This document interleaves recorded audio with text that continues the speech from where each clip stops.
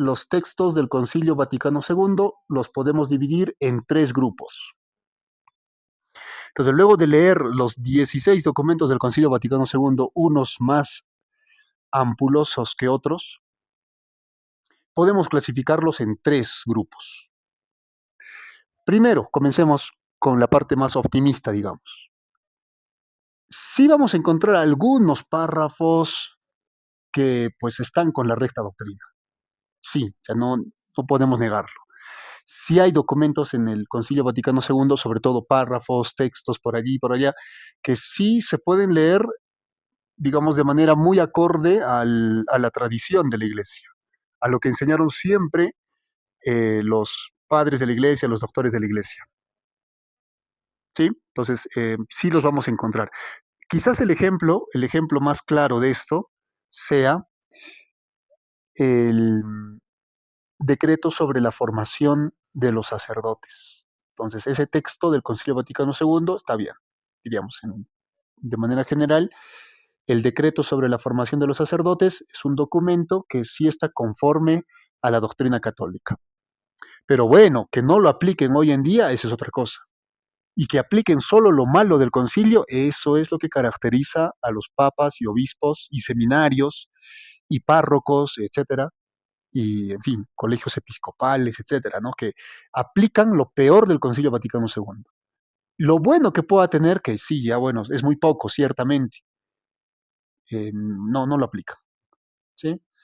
Ahora, lo bueno que puede tener el Concilio Vaticano II, aunque sea un 20%, ¿sí? Aunque sea un 10%, eso es gracias a la lucha de los obispos tradicionales, ¿sí? Entonces, los obispos tradicionales, que de esto vamos a hablar en la siguiente sesión, que se organizan en lo que se conoce como el Quetus Internationalis Patrum, ¿sí?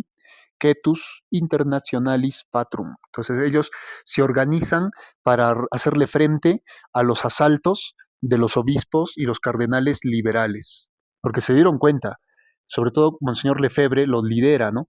Entonces los obispos tradicionales se dieron cuenta, aceptémoslo, se han organizado estos obispos liberales, quieren cambiar todo, quieren destruir todo, tenemos que hacer algo. Entonces se organizan y comienzan a intentar bloquear todos los avances de los liberales, de los obispos liberales. Se intentan bloquear todo lo que pueden, intentan proponer documentos, o sea, en varias cosas. Hacen correcciones por aquí, por allá, o sea, es una lucha que llevan adelante.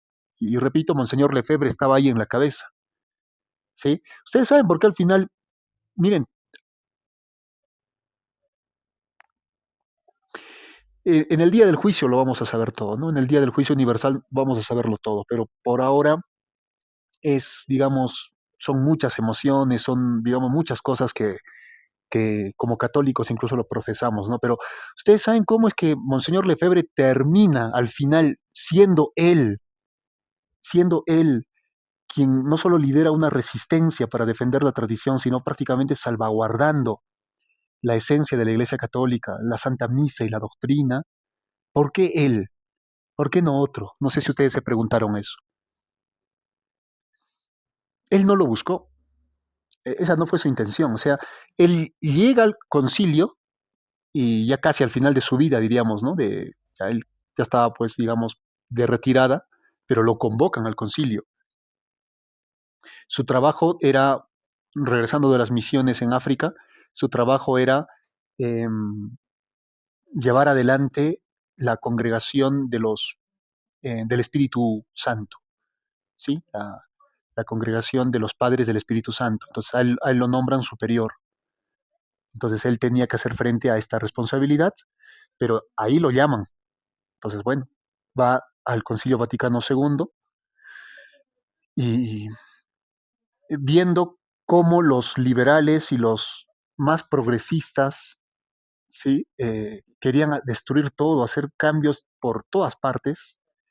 Entonces él, digamos, interviene, responde y se organiza con otros obispos. ¿Sí? Y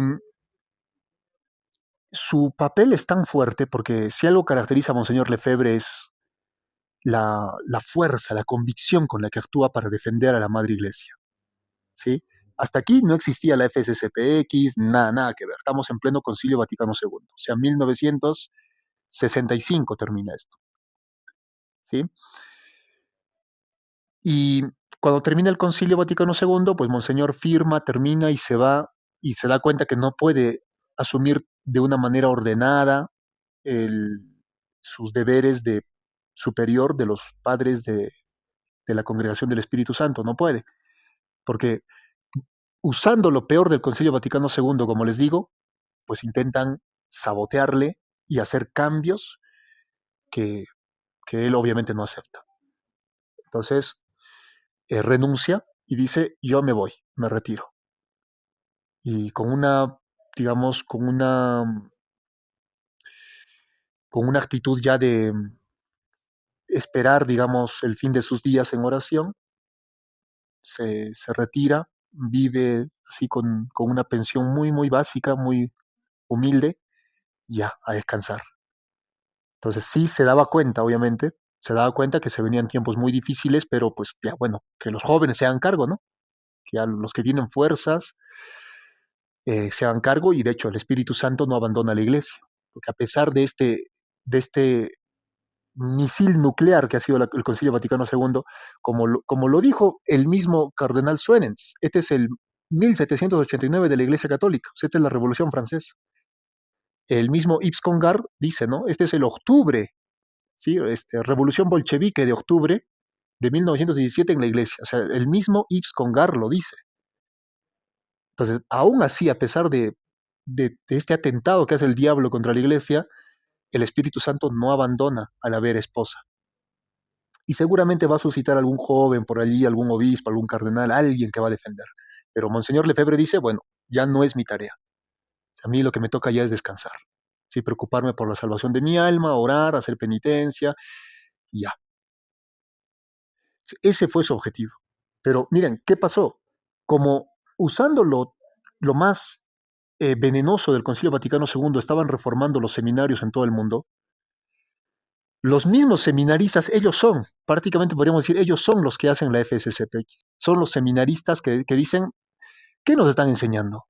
O sea, ¿cómo nos estamos formando para ser futuros sacerdotes? Que todas las religiones valen lo mismo, que lo del Sagrado Corazón de Jesús ya es una antigüedad que no vale la pena tener en cuenta, ¿sí? Que los sacerdotes no tenemos que estar encerrados, sino que podemos salir, visitar bares, discotecas. ¿Qué es esto? Entonces comienzan a buscar, preocupados por su formación, que alguien les ayude, y no hay. Y recuerdan que en el Concilio Vaticano II, el que lideró a los obispos tradicionales, ¿sí? La figura fuerte que defendió la tradición fue Monseñor Lefebvre. Entonces van donde él y le dicen, por favor, ayúdenos. No nos abandone, ayúdenos. Entonces Monseñor Lefebvre dice, les voy a buscar un buen lugar. A ver, por allí habló con algún obispo, por allí vio dónde ponerles, ¿no? Pero ve, así nace la FSCPX. O sea, Monseñor Lefebvre no tenía la intención de contestar y ponerse en rebeldía contra el Vaticano, formando su propia organización, ¿no? Sino era ayudar a unos seminaristas. El problema es de que los seminaristas crecían, ¿sí? Cada vez eran más, ¿sí? Entonces no se sabía tampoco dónde ponerles, porque les ponían un lugar y allí también había modernismo, estaba todo contaminado con ideologías de todo tipo. Entonces, buscando, miren cómo es la providencia, ¿no? De repente, unos religiosos de San Bernardo, pues habían abandonado su monasterio prácticamente, y este monasterio prácticamente se iba a vender para que sea un hotel o qué sé yo, ¿sí? Cualquier cosa. Pero quienes estaban encargándose de administrar esta propiedad no querían que un recinto de tantos siglos de vida religiosa terminara mundanizándose, convirtiéndose en, qué sé yo, en un restaurante, en un hotel o lo que sea, ¿no? Entonces estaban esperando y decían, bueno, o sea, ojalá que aparezca alguien que quiera este recinto para formación religiosa o para algo religioso. Y o casualidad, entre comillas, ahí llega Monseñor Lefebvre y, como dicen, ¿no? El hambre se encuentra con el pan. Entonces así nace Econ, que es prácticamente la semilla, es el punto nuclear de la fraternidad sacerdotal San Pío X. Y Monseñor Lefebvre, que ya quería retirarse, pues no puede. ¿sí? Porque tiene que defender a la iglesia, es que no había otro tampoco. Entonces, todo esto, perdonen la digresión, no estaba planeado hablarles de esto, pero era para que ustedes se den cuenta digamos, la fuerza que tenía Monseñor Lefebvre en el Concilio Vaticano II, que llamó la atención de muchos, que después, terminado el Concilio Vaticano II, fueron a pedirle ayuda, ¿sí? Y bueno, o sea, él no podía abandonarlos. Por eso cuando, en el contexto de la consagración de los obispos, vamos a recordar las palabras de Monseñor Lefebvre que dice es que no puedo dejarlos huérfanos, ¿sí? Entonces, miren, eh, aquí hay muchas cosas, ¿no? Hay mucho que genera esperanza, que genera ilusión y mucha consolación espiritual pensando en Monseñor Lefebvre y todo lo que hizo, ¿no? Bueno, entonces, si algo de bueno tiene este Concilio Vaticano II en sus documentos, es gracias a los padres tradicionales, los obispos tradicionales, que defendieron, que lucharon para que los modernistas no metieran ni de contrabando ni de manera explícita todo el veneno que querían introducir. La segunda categoría es, obviamente, los documentos que tienen textos inaceptables, que tienen errores y herejías. Esos son inaceptables. O sea, lo que lograron imponer los obispos modernistas. Si no se pudo hacer nada. O sea, ellos tenían una fuerza grande. Lo que no tenían los obispos tradicionales era el apoyo del Papa. Esa fue su desventaja. Entonces, la desventaja que tenían los obispos tradicionales, incluso siendo mayoría, era esa. No tenían el apoyo del Papa, ni de Juan XXIII ni de Pablo VI. Pero como los modernistas sí lo tenían, entonces lograron meter documentos de lo más contaminados que hay. Y entre ellos, un ejemplo del veneno ideológico que tiene el Concilio Vaticano II es la Declaración sobre la Libertad Religiosa, que en su momento tendremos que revisar este texto. Y un tercer grupo de textos del Concilio Vaticano II, y estos son los más peligrosos, pues los ambiguos. Ni sí ni no. No se sabe exactamente de qué está hablando. Parece que están hablando de cosas tradicionales, pero se puede interpretar también en sentido modernista. Pues estos son los textos más peligrosos. De esto vamos a hablar en la siguiente sesión.